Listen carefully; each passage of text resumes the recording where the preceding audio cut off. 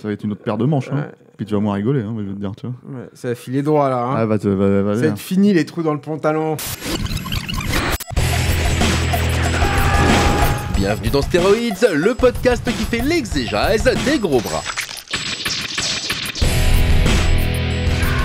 Avec Stéphane Moïsakis et Julien Dupuis. Bienvenue dans ce nouvel épisode de Stéroïdes, le podcast. Cette semaine, on revient à l'actu. Avec, parce qu'il y a une actu. Il y a une actu cinéma. Une actu cinéma qui nous concerne. C'est pas les gros bras, c'est pas l'exégèse des gros bras, mais... On va en reparler, ça c'est bien. Voilà. C'est un autre concept de héros d'action. Voilà, exactement. Et c'est un film d'animation, un film d'action aussi, d'aventure en fait. Lupin 3. Alors The First, c'est comme ça que ça s'appelle aussi en France. Ouais. C'est ça. Et c'est une nouvelle adaptation en fait des aventures du personnage de Lupin 3 quoi. Voilà, je suis avec Julien Dupuis pour en parler. Julien Dupuis, spécialiste S Lupin 3. En fait, j'ai envie de dire, si tu veux. Voilà. Est-ce que ça existe dans le monde? T'es le premier. Voilà, donc on en parle quoi. Alors Lupin 3, c'est la énième adaptation. Oui, alors, il y a eu plusieurs adaptations au cinéma. C'est un personnage qui est créé par Monkey Punch. C'est un manga à la base. Qui nous a quittés récemment. Qui est mort en fait. C'est Lupin 3 The First. C'était un projet qu'il a porté depuis très longtemps et il n'aura pas vu le produit fini puisqu'il nous a quittés peu avant. Donc c'est un personnage qui vient d'un manga, qui a été adapté en série animée, qui avait déjà été exploité en France, mais sous le nom de Edgar de la Cambriole, parce qu'il y avait eu un problème avec les ayants droit de Maurice Leblanc, parce que le concept de Lupin 3, c'est que c'est pas le troisième opus d'une série qui s'appellerait Lupin, mais c'est le petit-fils d'Arsène Lupin. Donc c'est une version modernisée de façon relative aujourd'hui, puisque c'était les années 60-70. Voilà, c'est ça, des aventures d'Arsène Lupin. Donc le personnage principal est un cambrioleur, un charmeur également, toujours un peu fauché, parce que finalement, même si c'est un voleur d'exception, il se retrouve toujours à faire le bien, plus ou moins malgré lui, et ça fait partie de son charme, qui est un personnage un petit peu anard et qui est un peu... alors plus ou moins selon les adaptations, et qui est toujours flanqué d'acolytes haut en couleur, un personnage qui est... un peu renfrogné, qui est un tireur d'élite, et ce qui peut sembler totalement incongru quand on ne connaît pas la franchise, un samouraï qui est toujours aussi, en tout cas qui fait partie de beaucoup de ses aventures.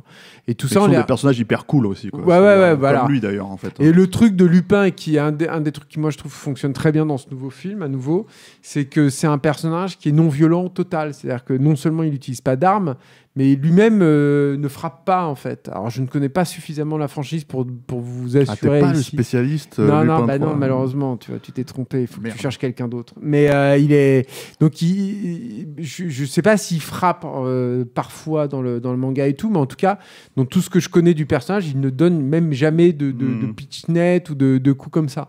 Et ça fait partie des trucs qui sont assez réjouissants chez le personnage, c'est qu'il arrive toujours à s'extirper de situations extrêmement tendues, mais juste avec des petites galipettes, en évitant les coups, etc. Donc ça donne lieu à la fois des principes scénaristiques qui sont intéressants, et puis aussi à des chorégraphies. Moi j'aime beaucoup ça dans le film, de combats qui sont vraiment tout à fait savoureuses en fait, parce que elles sont atypiques. C'est-à-dire qu'on se retrouve avec un antagoniste qui lui va y aller à fond, et Lupin qui lui va réussir à éviter les coups d'une façon plus ou moins habile. Alors il y a une référence, en fait il a une inspiration, une source d'inspiration aussi, Lupin 3, pour qu'on donne un point de référence pour les auditeurs français, donc puisqu'en général on est en français, donc en fait voilà, je pense qu'il n'y a pas vraiment d'auditeurs autres que français, en tout cas francophones, et c'est aussi que en gros un des points de référence en fait de Monkey Punch c'était Belmondo pour le personnage, donc en fait il y a une espèce de côté goguenard comme ça,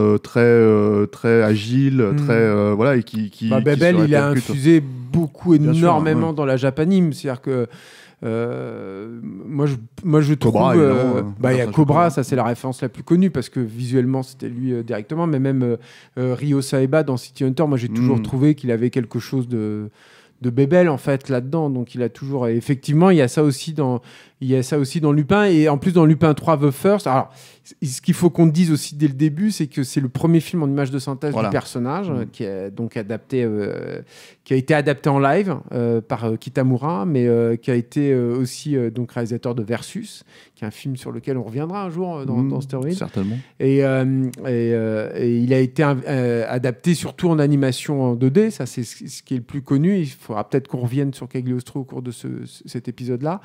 Le château de Cagliostro, qui est le premier long métrage de Miyazaki, qu'il faut... peut-être qu'on peut en parler tout de suite, qui est un film qu'il faut absolument qu'on voir quand on aime le cinéma d'action, le cinéma d'espionnage. C'est relativement abordable aujourd'hui. Totalement, il était ressorti en salle il n'y a pas longtemps, je crois, il y a 1 an et demi, quelque chose comme ça. Il est disponible en Blu-ray, il est disponible en DVD. Et c'est donc le premier long métrage en fait, de Hayao Miyazaki, avant Nausicaa. Et c'est un film que Miyazaki avait fait en un temps absolument record. Il avait bossé comme un fou là-dessus. Il y a Toshio Suzuki dans son livre qui sera amené de devenir le producteur attitré de Miyazaki, qui raconte dans son livre Produire en s'amusant à quel point c'était hallucinant de voir Miyazaki travailler dans cette urgence-là. Et franchement, si vous aimez Stéroïde, si vous aimez les films d'action et tout, c'est un film qu'il faut absolument voir tout à fait incessante, parce que certes, on retrouve Miyazaki, il y a ce côté un petit peu éthéré, un peu poétique, il y a une histoire d'amour qui est au cœur du film. C'est extrêmement dynamique. Mais voilà, c'est un sacré film d'action qui s'ouvre sur une scène de poursuite en caisse qui est délirante, qui est trop bien, quoi, qui se conclut sur une scène d'action au milieu d'horloges, de rouages dantesques, qui sera complètement pompé dans Basile détective privé, le film Disney, mais auquel rendra directement hommage aussi Guillermo del Toro dans Hellboy 2, dans le final de Hellboy 2. Alors c'est disponible en fait en Blu-ray, c'est sorti chez Kazé. C'est chez Kazé, c'est ça. Et à l'intérieur, tout le film en fait tourne autour d'un château détenu par un grand méchant. Et à l'intérieur de ce château, t'as plein de pièges, t'as des passages souterrains, t'as une séquence, t'as même un côté un peu James Bond avec Lupin qui a des séquences sous-marines par exemple, ou des trucs comme ça. Et franchement, c'est un film mais absolument réjouissant. C'est un pur film d'action. Et Lupin 3 The First a l'ambition de renouer avec ça. Alors, ouais. Sauf que c'est pas tout à fait le cas, effectivement. C'est pas de cette qualité-là non plus. C'est pas aussi inspiré. Donc, c'est le premier film en image de synthèse et c'était hyper prometteur parce que nous, le film a été vendu, mais aussi au Japon, avec un premier teaser qui est une séquence du film, en fait, qui est une séquence de poursuite sur le périphérique parisien. Donc, avec tout ce que nous on croise en fait dans le quotidien, qu'on vive à Paris ou pas d'ailleurs, parce que t'as les panneaux que nous on voit au quotidien et tout, sauf que c'est une course poursuite échevelée et que moi c'est une scène d'action que j'aime vraiment beaucoup, quoi. Sauf que quand tu vois le film, c'est peut-être la scène d'action la plus réussie du film, en tout cas c'est une des scènes manifestement la plus réussie, et surtout il n'y en a pas tant que ça en fait des scènes d'action de ce type là, parce que le gros problème en fait de ce Lupin 3, enfin un des gros problèmes, c'est un problème de rythme en fait. Moi je trouve que la narration est un peu chaotique, elle est un peu compliquée et alambiquée pour pas grand chose finalement, il y a un manque d'efficacité. On peut peut-être pitcher vite fait cette aventure, quoi. Vas-y, je t'en prie. En gros, alors ça débute dans les années 40. Les nazis recherchent le carnet de Bresson, en fait, du professeur Bresson, quoi, une référence assez évidente, quoi. Parce que ça, c'est un des trucs, en fait, dans Lupin c'est beaucoup infusé par la culture française, en fait. C'est-à-dire qu'il y a effectivement Arsène Lupin en soi, mais il y a beaucoup et de... celui-là spécialement, parce qu'en fait, Lupin part à la recherche, ce carnet de Bresson, c'était aussi un des trucs que son aïeul, en fait, recherchait. Voilà. Et en gros, donc, ce carnet, en fait, c'est un espèce de mécanisme d'horloge, en fait, si tu veux, qui a plusieurs parties qui sont éparpillées du coup dans le monde, et 30 ans après, donc c'est pas tout à fait peut-être 20-25 ans après, c'est pas tout à fait daté, mais en fait l'aventure commence dans les années 70, et en gros il y a plusieurs cambriolages pour essayer de récupérer ce carnet-là, qui mènerait, en fait, si tu veux, à quelque chose de plus fort, quoi. Une espèce d'arme céleste, quoi. En fait, et qu'il faut évidemment empêcher d'être récupéré, de tomber dans les mauvaises mains.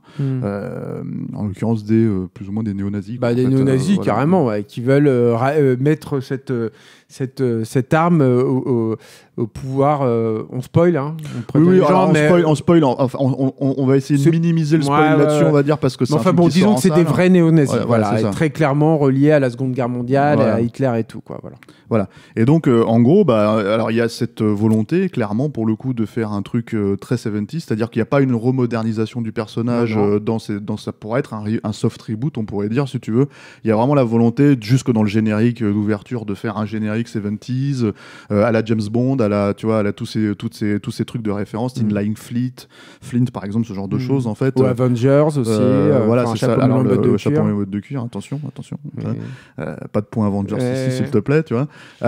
Donc voilà, donc il y a vraiment cette volonté-là. Après, là où toi et moi, on n'est pas tout à fait d'accord, j'ai l'impression, sur les qualités du film, c'est que moi, je m'étonne de la façon dont l'image de synthèse, et je parle en fait dans l'animation, est exploitée par rapport aux distinctions qu'on peut faire entre l'animation, on va dire, occidentale, et l'animation japonaise, qui quand même, chacun ont leur spécificité. Et je trouve que là, alors j'ai pas vu beaucoup de films d'animation japonais en image de synthèse. Il y en a pas non plus des tonnes, hein, voilà. Mais oui.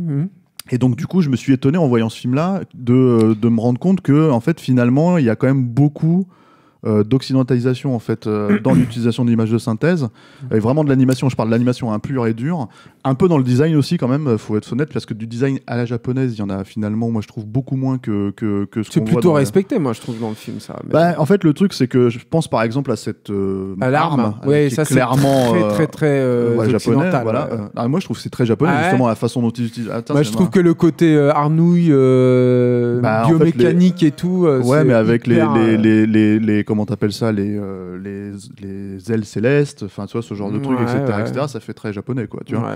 Et après, par contre, moi je pense surtout notamment à la façon dont c'est animé, la façon dont c'est mis en scène. Alors ça, mais on n'est pas d'accord, apparemment. Il y a deux choses en fait que moi je distinguerais là-dedans, mais ça, je pense que c'est le point le plus intéressant. C'est-à-dire que le film est sympa quand même, faut le dire. Hein. Moi je trouve que c'est vraiment pas désagréable, bien sûr. Et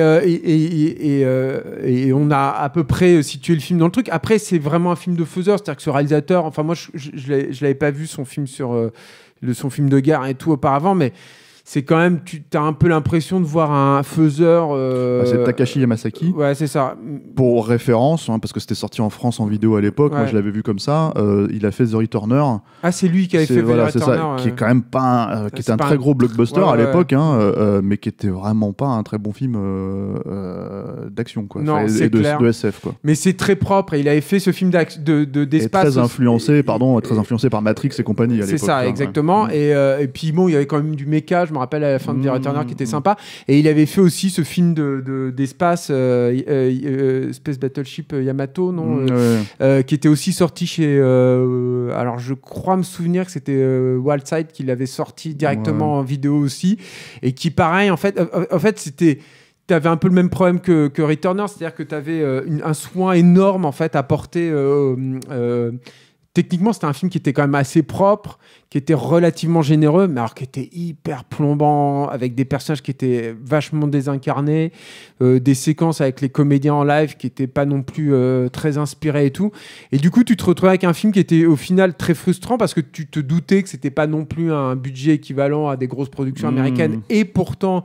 Dans la totalité du film, t'avais quand même... C'était relativement généreux, je veux dire, comme film, et surtout d'une bonne qualité. Mais le film n'était pas satisfaisant parce qu'il était avec un rythme très plombé. Et encore une fois, qui te donnait pas beaucoup de corps, en fait. Voilà. Et du coup, qui m'a pas laissé non plus un souvenir impérissable. Et c'est un peu la même chose avec Lupin 3, on a un peu moins pire. Et justement, je pense que le point le plus intéressant à dire sur Lupin 3, sur lequel on peut épiloguer le plus, c'est effectivement sur ce rapport à l'image de synthèse dans l'animation japonaise. Moi, j'ai envie de distinguer trois choses, en fait, sur le passage en 3D et en CGI. La première chose, c'est ce qu'on appelle le look dev, c'est-à-dire le travail sur les textures, qui est un des gros trucs, en fait, un des gros défis, et qui est très délicat à gérer, parce que le principe, en fait, de Lupin 3, c'est que les formes, la modélisation, on va dire, même des personnages restent en adéquation avec le côté... japanime, c'est-à-dire qu'ils ont les mêmes tailles d'yeux, notamment chez les personnages féminins. Mais par contre, les textures, en fait, sont définitivement apparentées au photoréalisme, à la fois dans leur façon de réagir aux éléments, à la lumière, et même dans leur finesse, quoi. Et moi, j'aime bien ça. Je trouve qu'il y a un équilibre là qui est trouvé où c'est jamais malsain. Ça revigore quand même l'imagerie que tu pouvais avoir du CGI.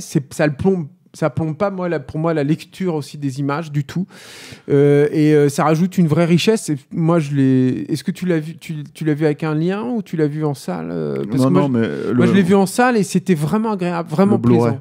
Le truc c'est que en gros même là en fait quand tu le vois propre, le questionnement en fait si tu veux, alors si on parle d'animation pure, alors après il y a d'autres choses, voilà. C'est-à-dire que pour moi en fait si tu veux par exemple il y a déjà je pense alors le problème, peut-être, est aussi une question de comparaison. C'est-à-dire que, en fait, on parle d'un budget quand même plus moyen que les énormes budgets américains sur les films d'animation. Voilà. Mais après, personnellement, je fais quand même une énorme distinction, par exemple, entre ce que fait Pixar, tu vois, admettons, tu vois, et DreamWorks, tu vois. Même là, en termes d'animation, il y a une distinction, je trouve, de qualité, tu vois, assez flagrante, en fait. Et par exemple, un des exemples tout bêtes, mais qui est vraiment un truc, ça va vraiment être un exemple stupide en fait. C'est-à-dire au début, il y a une petite poursuite en bagnole, toute petite poursuite en fait sur les routes de France, et l'animation des voitures, je la trouve hyper mécanique en fait. C'est-à-dire, je la trouve hyper, en fait, presque précalculée en fait, si tu veux, dans la façon dont tu vois la voiture bouger. Et c'est un truc en fait, ça m'a fait me poser la question en fait sur comment c'est fait, par exemple, dans l'animation japonaise, si tu veux, traditionnelle, et comment eux ont trouvé justement des palliatifs pour rendre ça plus vivant. Tu vois, et en fait du coup ça m'a peut-être teinté ma vision du film, c'est rester un peu dans ce cadre là quoi. Et en fait c'est ça qui a été un peu compliqué, parce que du coup j'ai l'impression que les mecs utilisaient une espèce de lumière, t'as l'impression qu'il y a quand même une volonté dans ce film beaucoup de le vendre à l'international, c'est-à-dire pas de respecter que le public japonais quoi. Je sais pas ça, parce que alors après, est-ce que c'est la volonté aussi du réal, je sais pas si lui je veux dire The Returner par exemple, parce que c'est mon point de référence par rapport à ce qu'il a fait auparavant, c'était déjà ça, c'est-à-dire il y avait déjà une volonté, malgré le fait que c'était avec Takeshi Kaneshiro, tout ça, etc., que c'était clairement un film japonais, il y avait quand même une volonté énorme de draguer en fait le public occidental quoi. Et j'ai un peu cette impression là moi sur cette version de Lupin 3 quoi. Moi je distinguerais deux choses là-dessus, et c'est là où je pense qu'on a un point peut-être de désaccord, c'est que je distinguerais... On a toujours des points de désaccord. Toujours, et c'est ça qui est bien, c'est ça qui est bon, et c'est ça qu'Alain aime aussi. Mais en fait, il acquiesce en fait de sa tête, je sais pas, mais il acquiesce de la tête, donc en fait c'est qu'il tu dois avoir raison quelque part. Bref, oui, de quoi ils ont parlé de moi alors qu'il était en train de jouer à Candy Crush. Mais alors, le truc c'est, moi je distinguerais deux choses. Je distinguerais d'une part l'animation et d'autre part la réalisation. Ouais. En ce qui concerne l'animation, personnellement, moi je l'aime beaucoup en fait, l'animation de Lupin 3 The First, parce que en fait, elle est, pour le coup, il y a une vraie réflexion sur qu'est-ce que c'est l'animation typique japonaise et comment ça fonctionne. Dans l'emploi de la pose. Voilà, et c'est ça. C'est-à-dire que là, il y a ce qu'ils appellent, alors c'est du jargon, pardonnez-moi, mais c'est le posing, c'est-à-dire que tu as des poses clés, en fait, des personnages dans leur attitude, des personnages ou des véhicules, hein, pour reprendre le truc de la poursuite, mais qui est très très forte, et avec une absence de finesse volontaire en fait entre ces poses très fortes et qui sont hyper assumées et qui moi me plaisent, parce que c'est comme pour le look dev en fait, comme pour la recherche de texture en fait, il y a un truc qui est sympa en fait, qui est dans la continuité mais un peu différent de l'animation japonaise. Je ne dis pas que c'est une révolution, mais en tout cas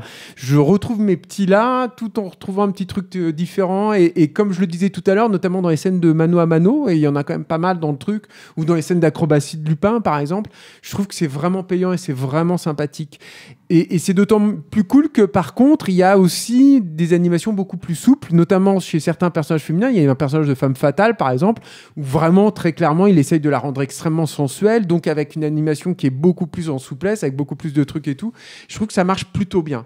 Moi, là où j'ai un problème, et ça, c'est un problème général que j'ai avec les films en images de synthèse qui viennent de l'animation japonaise, c'est que moi, je pense très sincèrement que le dynamisme de l'animation japonaise, qui a fait que aussi que l'animation japonaise a autant brillé dans le cinéma d'action notamment, et je trouve qu'on devrait en parler plus en capture. Je lance un appel à Stéphane Mossiakis qui est face à moi là, mais parce que je suis le patron, c'est ça. Je trouve qu'on devrait parler plus de Ninja Scroll, des trucs comme ça, mais elle vient aussi de ces restrictions budgétaires. C'est-à-dire que oui, je suis au courant. Il y a l'héritage pictural japonais qui est indéniable. Je suis au courant de tout ça.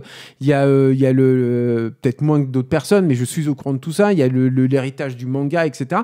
Mais il n'empêche que c'est du cinéma qui n'a pas du tout les mêmes moyens que le cinéma américain et qui l'a assumé, qui a essayé de travailler autour de ça. Et il suffit de regarder... je sais pas moi, même des séries américaines qui étaient partiellement animées parfois en Asie, hein, je suis d'accord, mais des séries américaines, je sais pas, on va prendre des trucs un peu de merde comme Les Maîtres de l'Univers, et tu compares ça, parce que pour le coup c'était beaucoup animé aux États-Unis, et tu compares ça avec des séries japonaises, et tu comprends tout de suite qu'au Japon ils avaient compris comment pallier justement à ces restrictions budgétaires et rendre un truc en même temps hyper dynamique, sans avoir les moyens, je sais pas moi, de Batman, de la série animée de Batman de Bruce Timm. Et le truc en fait, c'est qu'ils ont donc tiré de ces restrictions plein de trucs qui sont typiques du langage en fait, de la japanime, notamment avec le travail sur la profondeur, sur la pose encore une fois et tout. Et je trouve que très souvent, quand ce cinéma-là passe en image de synthèse, le fait qu'ils aient plus de restrictions d'un seul coup, notamment au niveau des mouvements d'appareil et tout, fait qu'en fait, ils perdent le sens et l'efficacité même en fait, de ce mouvement-là. Et c'est, pour moi, alors c'est évident chez Aramaki, par exemple, mais là, ça se sent aussi dans Lupin 3 et je trouve que c'est pas... Après, l'efficacité des Maîtres de l'Univers, pour prendre l'exemple que tu cites, hein, elle est toute relative parce qu'en fait, il y a quand même énormément de réutilisation en fait, de certaines planches. C'est-à-dire qu'en fait, en gros, t'as un pas de course en fait, de Musclor, tu vois, et je veux dire, il est répété ad vitam. Là où c'est un bon... Ce que les Japonais, à ma connaissance, ne font pas. C'est-à-dire que beaucoup moins. C'est-à-dire que pour moi, ça me semble beaucoup moins évident quand je regarde des épisodes de Dragon Ball, tu vois. Alors certes, tu vois, je veux dire, moi je prends à égalité de ce que je connais, tu vois. Je veux dire, ça me semble beaucoup moins évident dans Dragon Ball que dans... Ouais, mais putain, pas à ce point, tu vois. C'est-à-dire qu'en fait, les trucs, en fait, ils changent les fonds, ils reprennent les animes, tu vois, et en fait, ils changent juste le décor, tu vois. Ils changent le positionnement de la caméra. Moi, je pense que le vrai problème fondamental, c'est que les Maîtres de l'Univers a été fait en essayant de calquer ce qui se faisait plus ou moins en live. On va pour être très très grossier. Hein. Et alors, là où la Japanime très rapidement a trouvé un langage qui lui était propre et qui a été réapproprié après d'ailleurs par le cinéma live. Ouais. Mais voilà. Là, on va loin. Hein. Et je trouve, non, bien sûr, mais je reviens à Lupin 3, je trouve que, mais je pourrais encore une fois parler de Appleseed sur des trucs comme ça et tout, mais je trouve que du coup, souvent dans le cinéma d'animation d'image de synthèse japonais, du coup, on perd ça. Enfin, moi, je le perds, je le retrouve pas en fait, et ça me manque. Et je trouve que Lupin 3 est aussi plombé en fait par ça. C'est-à-dire qu'il y a plus ce travail de restriction nécessaire et moi ça me manque et en tout cas je pense que ça joue en défaveur du film. Voilà, c'est tout ce que j'avais à dire. C'est tout ce que tu avais à dire sur le film. Bravo quoi. On a fait un gros tunnel là-dessus, c'est vrai, mais je pense que c'est un des trucs qui est important parce que je pense que aussi il y a cette problématique vis-à-vis d'un personnage qui est quand même assez adapté. Mine de rien, en fait, on l'a plusieurs fois. C'est aussi pour ça que je pense que le film se tourne un peu vers l'international. C'est-à-dire que c'est quand même un personnage qui a une grosse cote de sympathie en dehors du Japon. Et en fait, c'est aussi étrange, finalement, de le voir pour la première fois en image de synthèse. Ça donne c'est quand même quelque chose où on peut dire que, tu vois, nous, par exemple, à notre âge, on a pu grandir avec, ne serait-ce que, comme tu disais, avec Edgar de la Cambriole, quoi, avec la logique de cette série. Donc, le truc, si tu veux, c'est que je pense qu'il y a aussi un espèce de détachement qui peut être un peu bizarre, que peut-être les enfants qui vont découvrir le personnage avec ce film-là n'auront absolument pas, quoi. Tu vois, pour moi, c'est un des points, voilà. Et après, tu parlais d'animation et tu parlais de la façon d'utiliser les choses, mais c'est vrai que, en fait, en termes de mise en scène pure, après, derrière, bah oui, il y a aussi cet appareillage-là, tu vois. C'est-à-dire que, en fait, ils essayent vraiment de trouver un moyen d'ultra dynamiser, en fait, si tu veux, mais presque à un point où Ouais, mais c'est contre-productif, en fait. Bah, t'as plus de physique. En fait, c'est ça. La physique de la caméra, en fait, devient un peu, comment dire, c'est comme si l'opérateur qui était derrière, il faisait son tour à, comment t'appelles ça, à 180 degrés en une demi-seconde, tu vois. C'est pas moi, c'est pas des l'absence de physique qui me gêne, moins que la recherche du sens, en fait, de ce mouvement-là, quoi. Oui, bien sûr, oui. Moi, un mouvement d'appareil pour mais moi, souvent, le sens de ce genre de mouvement-là, il commence par la physique. Pour moi, pas forcément, c'est pas automatique, ce que je veux dire. Ça, c'est un grand débat sur lequel on va pas se lancer. Moi, je suis pas du tout d'accord avec ça. Mais ce que je veux dire par là, si tu veux, c'est qu'en fait, il y a au moins, tu peux faire des mouvements très rapides qui sont impossibles à faire en comment t'appelles ça, en machinerie, tu vois. Mais ce que je veux dire par là, si tu veux, c'est qu'il y a quand même, tu es quand même censé avoir au moins un point de repère, tu vois. C'est ça que. Encore une fois, c'est la question de la contrainte et qu'est-ce que tu fais avec ça quand il y a plus de contraintes, en fait. C'est-à-dire à quel point tu réfléchis au truc et tout. Et encore une fois, je pense que sur des cinéastes comme lui qui sont pas des gars. Je veux dire, c'est pas Spielberg quand il va faire Tintin. Enfin, je parle de Tintin à raison parce que tu y penses. Enfin, moi, j'y ai beaucoup pensé à Tintin. Mais Spielberg, quand il fait Tintin, il se permet de faire justement sa caméra est complètement affranchie de toute limite physique et tout. Mais c'est Steven Spielberg, quoi. Et là, c'est pas le même niveau et ça se sent. Et je pense que sur un mec comme lui... En fait, si tu veux, la problématique, c'est qu'il y a quelqu'un pour conceptualiser dans Tintin, si tu veux. C'est-à-dire que, oui, tu peux physiquement faire le plan séquence qu'il fait, par exemple, si tu veux. Prenons cet exemple monstrueux, toi, dans Tintin. Tu peux le faire. T'en as pas des trucs à ce point-là dans Lupin 3. Mais en fait, le truc, c'est qu'il y a quelqu'un pour les conceptualiser, les rendre totalement limpides, les rendre totalement, surtout dynamiques. Efficaces, puis qu'elles ont un sens, quoi. Tu vois, qu'elles fonctionnent dans le mouvement du truc. Alors que là, en fait... Pas juste bouger pour bouger, quoi. Et là, c'est vrai que on a un peu trop là-dedans, quoi. Je pense que c'est en fait, ce réal, il est encore une fois, c'est là où je disais que c'était un faiseur, c'est que je peux pas avoir j'ai pas spécialement de grief contre lui, mais je trouve que c'est un mec qui est pas...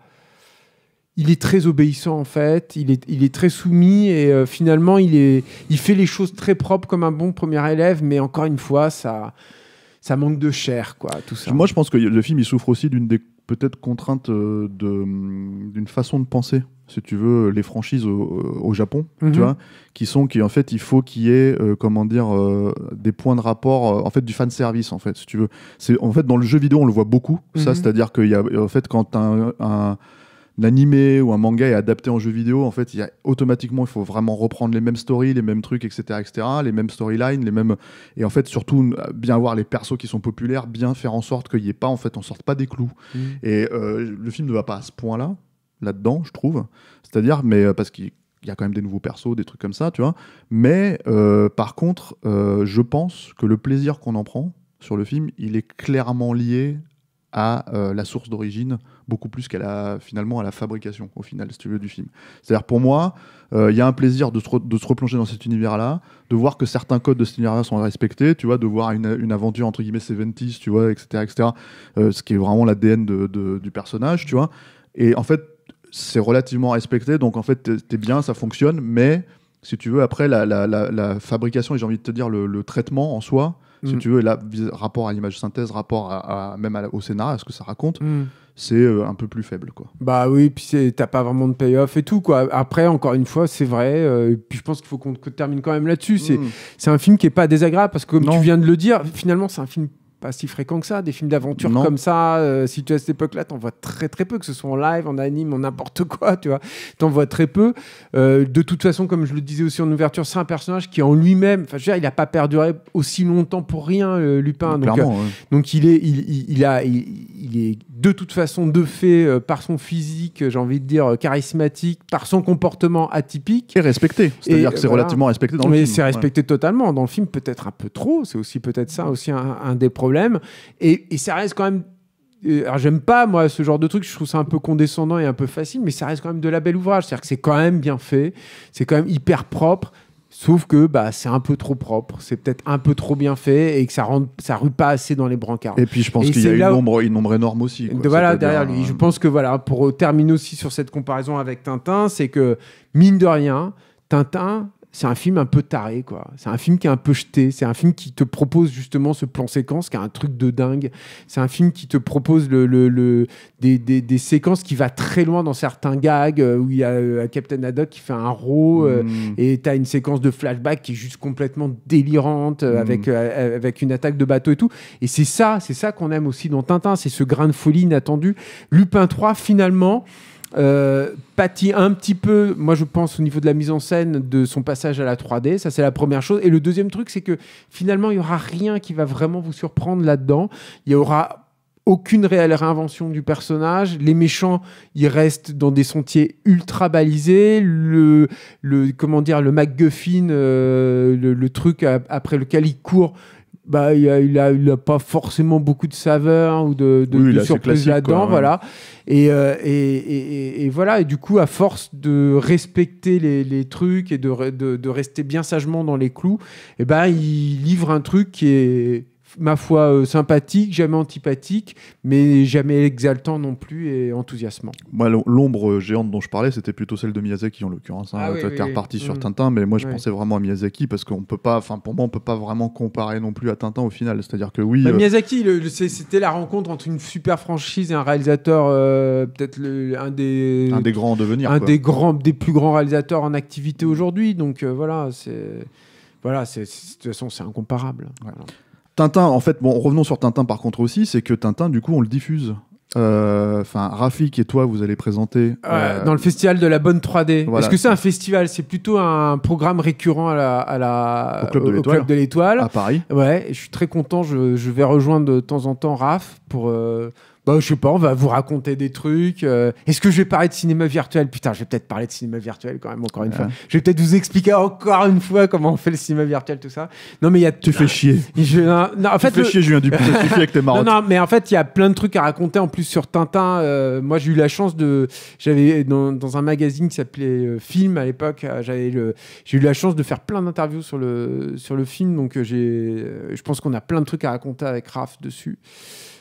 Puis Tintin, c'est un film qui est fascinant, quoi. Moi, je ne comprends pas ce semi-succès de Tintin encore aujourd'hui. Pour moi, c'est une... Ouais, puis la perception des gens. Énigme, ouais. Mais ça, alors, vous allez en parler. Donc, c'est le 9 octobre, au soir. Et c'est au Club de l'Étoile. Voilà, donc c'est le 9 octobre, c'est cette semaine, puisqu'on diffuse là maintenant le podcast pour la sortie de Lupin 3 The First, qui elle a lieu le 7 octobre. Voilà. Allez voir Lupin aussi, voilà. Quoi. Je veux dire, Eurozoom. Mais Tintin surtout. non, mais allez voir les deux, mais je veux dire, Eurozoom, c'est eux qui avaient ressorti aussi Akira. Ça fait partie des distributeurs qui continuent à se battre pour faire exister les salles et tout. Là, c'est hyper important d'attacher.